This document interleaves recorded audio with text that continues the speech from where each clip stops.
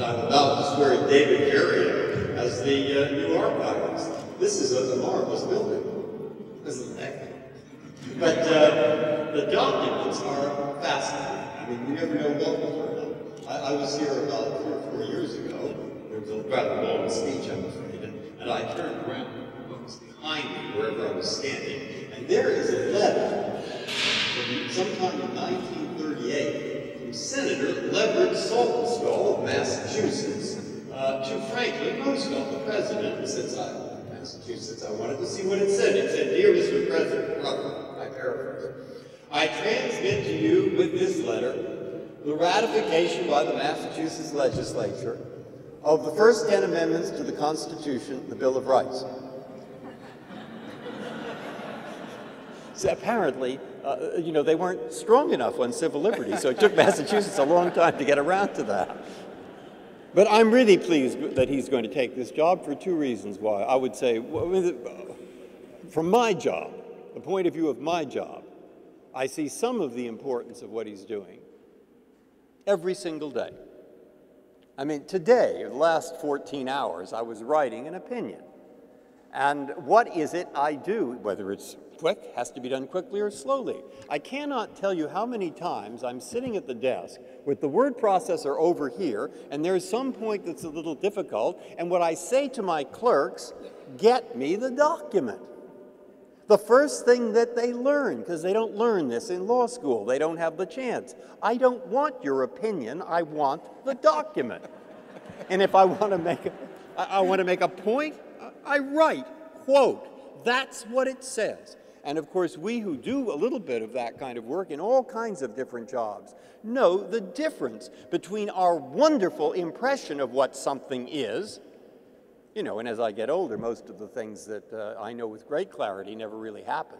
But we know the difference between that impression and reading the document and seeing what it says. That's what we have here. Now, the other thing that never ceases to make an impression on me, I'm always impressed, is every day in that courtroom, I see people come in from every race, every religion, every point of view, and my mother said there's no point of view so nutty that somebody in this country doesn't hold it, but she was from San Francisco, she was talking about Los Angeles. But the point is, we are that sort of country, and what sort of country? Why are they in that courtroom? Because they know that we are a nation that's decided to resolve even its most important differences under law, and not in the streets, as happens in a lot of places. Now that's ultimately in the document, the Constitution, there, which is there. That's what we all have inside of us. Now, how will that continue to shape us? Oh, there we are. David Ferriero.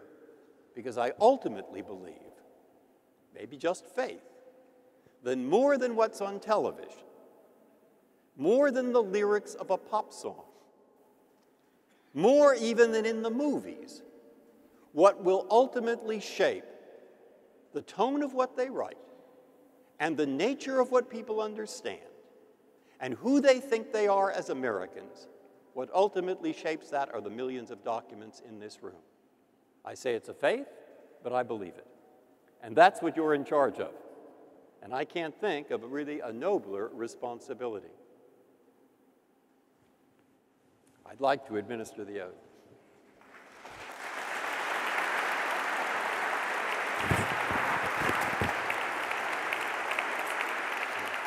Raise your right hand. I, David Ferriero. I, David Ferriero. Do solemnly swear. Do solemnly swear. That I will support and defend. That I will support and defend. The Constitution of the United States. The Constitution of the United States. Against all enemies, foreign and domestic. Against all enemies, foreign and domestic. That I will bear true faith. That I will bear true faith. And allegiance to the same. And allegiance to the same. That I take this obligation freely. That I take this obligation freely.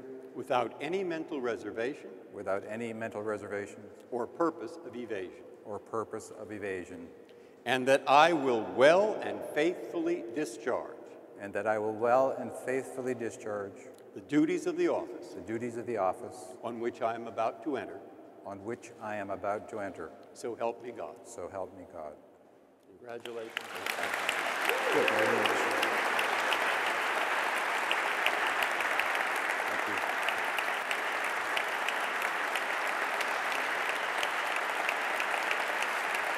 Thank you.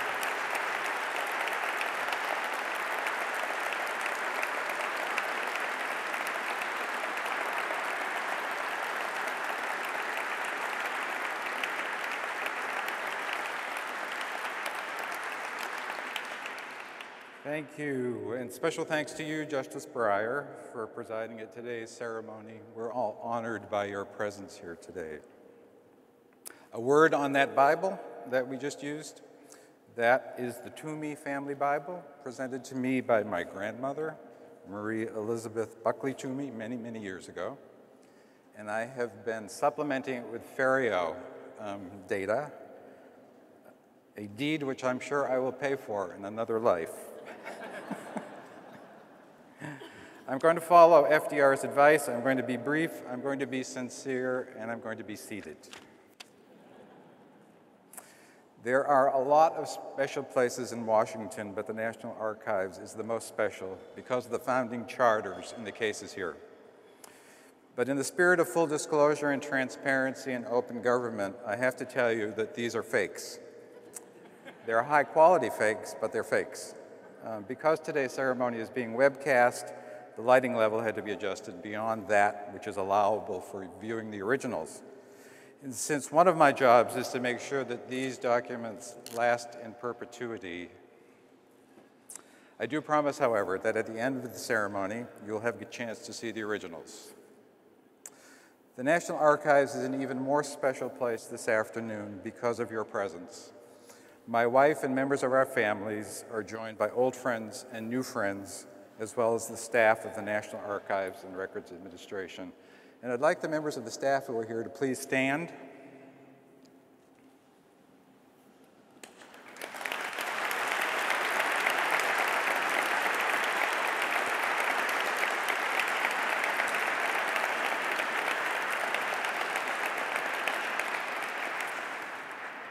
And I'd like to publicly thank you for making me feel welcome here, for your patience and good humor in the endless briefings on what we do and why we do it, and the passion you bring to your jobs every day.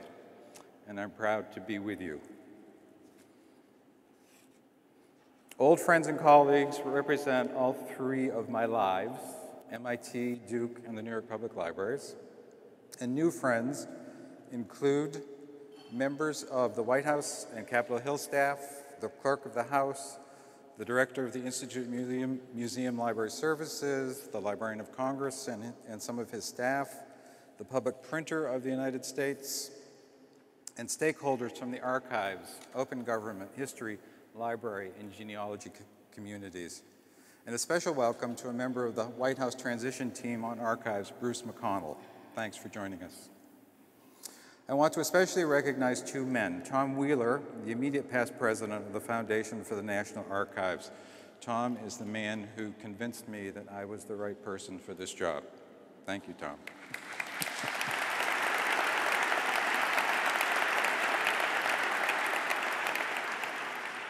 And Ken Laurie, who has enthusiastically taken on the presidency of the Foundation. The Foundation is critical to our ability to carry out our mission. The generosity of board members and those who support the Foundation, and many of you are in the room today, has made it possible for us to create the National Archives Experience, the online digital vaults, the Boeing Learning Center, the McGowan Theater, the Lawrence O'Brien Gallery, and to support many of the services that we provide to our users. We're also joined by technology to the 3,000 members of the archives staff around the country. Greetings to all of you in Anchorage, Alaska, Little Rock, Arkansas, Laguna Niguel, Riverside, San Francisco, Simi Valley, and Yorba Linda, California, Denver, Colorado, Archives One here in this building and at the Office of the Federal Register here in the district, Atlanta, Morrow, and Ellenwood, Georgia, Chicago and Valmeyer, Illinois, West Branch, Iowa, Abilene and Lenexa, Kansas, College Park in Suitland, Maryland, Boston, Pittsfield, and Waltham, Massachusetts, Ann Arbor and Grand Rapids, Michigan, Independence, Kansas City, Lee's Summit, and St. Louis, Missouri, Hyde Park and New York City, New York, Dayton, Ohio, Philadelphia, Pennsylvania, Austin, College Station, Louisville, and Fort Worth, Texas, Seattle, Washington, and Rocket Center, West Virginia. 3,000 employees. So what have I learned in my first 60 days? A lot of history. Although the National Archives is only 75 years old, the recognition of the importance of the country's records can be traced back to the very beginning of the democracy. When the Constitutional Congress of 1787 had completed its work, Delegate Rufus King of Massachusetts suggested that the journals of the convention be either destroyed or deposited in the custody of the president. He thought, quote, if suffered to be made public, a bad use would be made of them by those who wished to prevent the adoption of the Constitution. The convention voted to entrust the records to George Washington with instructions that he retain them subject to the order of Congress if that body was ever formed. In 1796, Washington turned them over to the new Department of State. The exceptions, of course, were the Constitution and Declaration of Independence, which were sent to the Continental Congress in session in New York. And it was not until 1800 when the seat of government moved from there back to Washington, and the charters were rejoined with the other documents in the Department of State. As early as 1810, Josiah Quincy of Massachusetts, recognizing the risk associated with the growing volume of documents of the government scattered around the city, told the House of Representatives that the public records of the country were in such a situation as was disgraceful to the House and to the nation. Not only were they in disorder and in a state of decay, but all the records of the Revolutionary War lay under the eave of the building in a condition extremely unsafe and daily exposed to destruction by fire.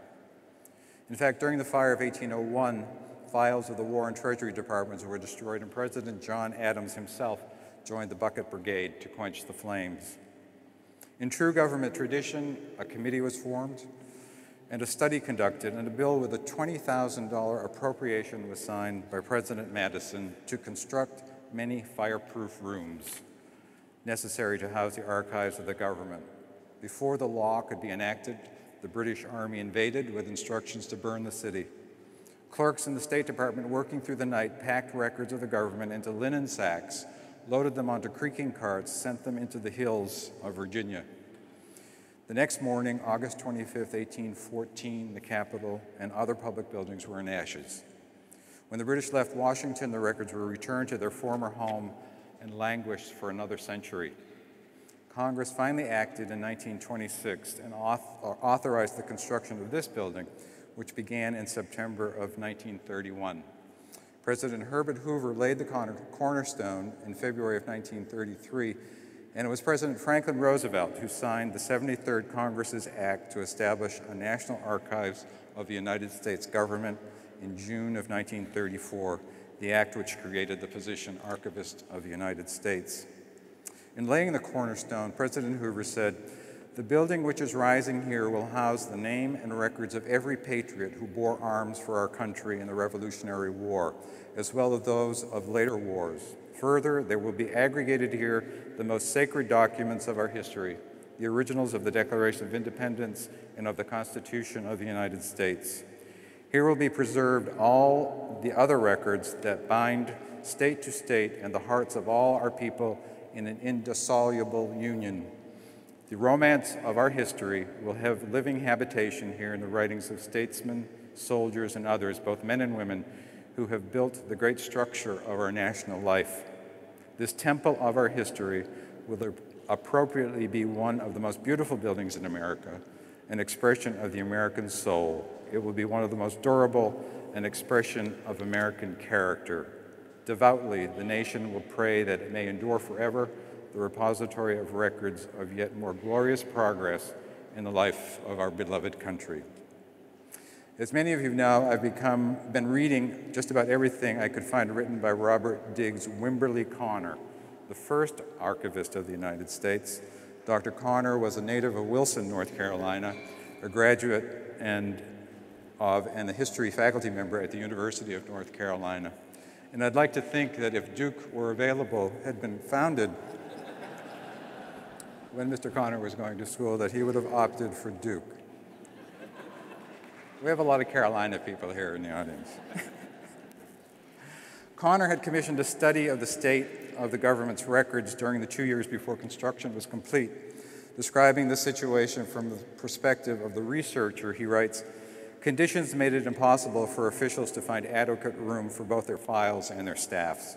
Few facilities can be furnished the student, and his presence is tolerated rather than encouraged by staffs already sufficiently burdened with the routine duties of the day.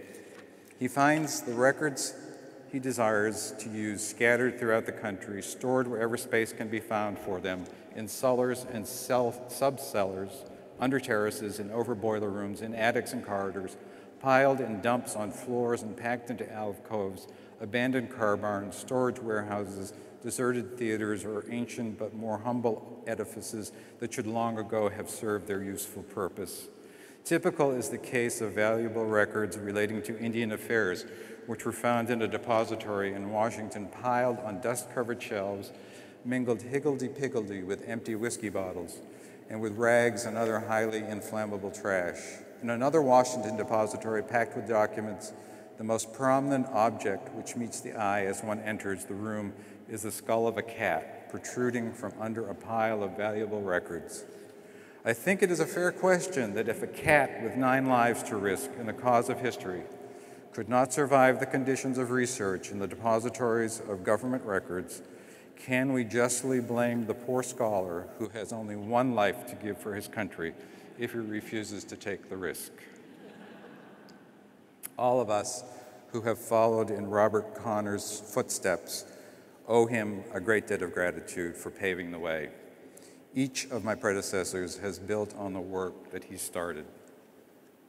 I have embraced the mission of the archives. Reduced to its most basic terms, our work is to collect, protect, and encourage the use of the records of government. We work with each agency to create a record schedule which spells out the timetable for retention of records, transfer to the archives, access stipulations, etc. Archive staff trains agency staff and monitors compliance with records management policies and procedure. As you might expect, this function has gotten very interesting in the last several years as we grapple with the transition to electronic records, no paper equivalent. And we have a large and very important initiative underway to be able to fulfill our mission in the electronic environment. We have a responsibility to ensure that 2 to 3% of all the government's records, which eventually become permanent and reside here, are going to be available in perpetuity. That means ensuring that the proper security, both physical and virtual, is in place, which guarantees that documents don't leave our control and are not altered in their use. In addition, protection means preservation and conservation routines, which care for the physical object to extend life, usually through providing an appropriate storage environment. Another area where long-term preservation of the electronic record is on our agenda. Making it easy for researchers, students, and the general public to learn about and make use of the billions of items in the collection is clearly a challenge. Free and open access to the records of government will always be the work of this agency.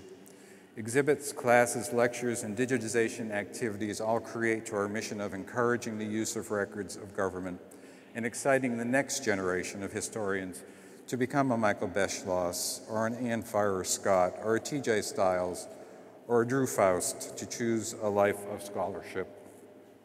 President Franklin Roosevelt, in dedicating the FDR Library in Hyde Park, said it best: to bring together the records of the past and to house them in buildings where they will be preserved for the use of men and women in the future, a nation must believe in 3 things. It must believe in the past, it must believe in the future, it must, above all, believe in the capacity of its own people so to learn from the past that they can gain in judgment in creating their own future. Among democracies, I think through all the recorded history of the world, the building of permanent institutions like libraries and museums for the use of the people flourishes. And that is especially true in our own land because we believe that people ought to work out for themselves and through their own study the determination of their best interest, rather than accept such so-called information as may be handed to them by certain types of self-constituted leaders who decide what is best for them. I've learned that the agency is well respected, held in high regard, and trusted in as a nonpartisan partner in government. As a result, certain responsibilities have been assigned to the Archives portfolio over time. The Information Security Oversight Office, established by executive order, is responsible to the President for policy oversight of the government-wide security classification system and the National Industrial Security Program.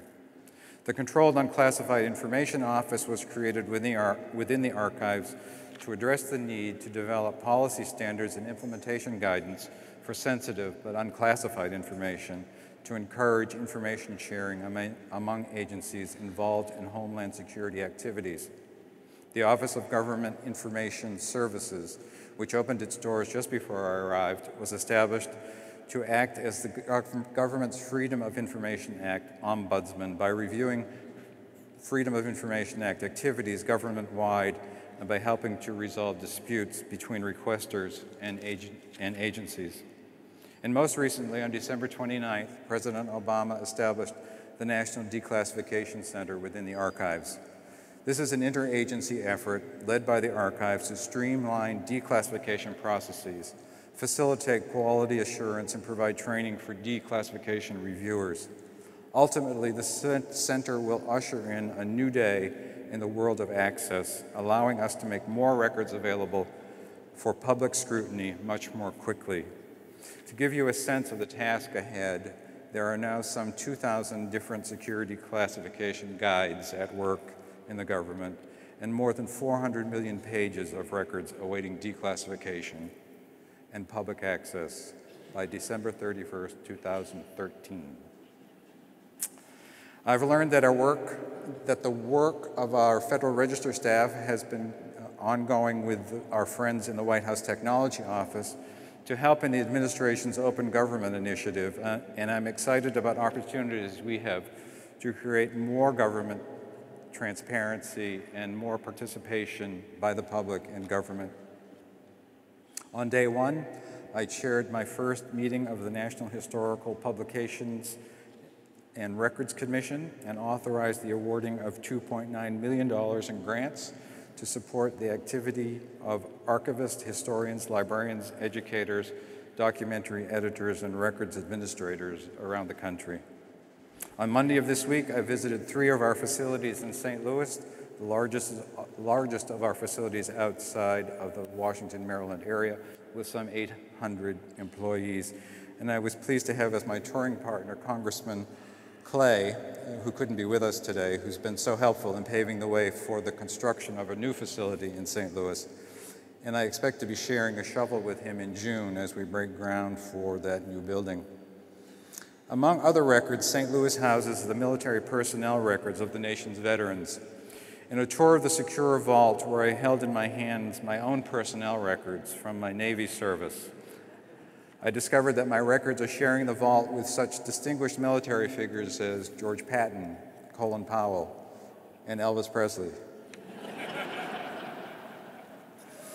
I want to thank the folks in St. Louis who are watching for making that such a special trip, and look forward to visiting other NARA facilities soon. I'm learning about the great depth and breadth of our holdings firsthand by participating in as many archives vault tours as I possibly can. I've seen the Louisiana Purchase, the endorsed check with which we purchased Alaska, a letter to President McKinley in 1899 from Annie Oakley offering 50 women sharpshooters to fight in the Spanish-American War, strings of wampum attached to an Indian treaty, and have had the extraordinary opportunity to spend time up close with the Charters of Freedom. Throughout this phase of my education, I have been taught by talented and passionate staff members who care for and service these holdings. I have testified at my first Oversight Committee hearing, along with my colleagues from the Library of Congress and the Smithsonian, and a panel of stakeholders, This was an opportunity for me to explain the role that exhibits and educational programs play in fulfilling the mission of the agency. I've wandered the hall and met staff, have been briefed by senior staff, and am gaining an appreciation for the talent, creativity, innovative spirit, and excitement about the future which exists across the agency. I've met with several stakeholder groups, some of whom are with us this afternoon, to better understand their relationships with the archives and to let them know that I take their advice seriously. We are all working to make this the best agency in government. I've failed my fingerprinting tests. I've been captured on our security cameras trying to break into the archives on a Sunday morning. So it's been a very productive startup. The work of the archives is massive, the challenges are real, and the stakes are high, and there's much work ahead. You've all witnessed the swearing of my oath to well and faithfully discharge the duties of my office, and I promise each and every one of you that I will do so. So help me God.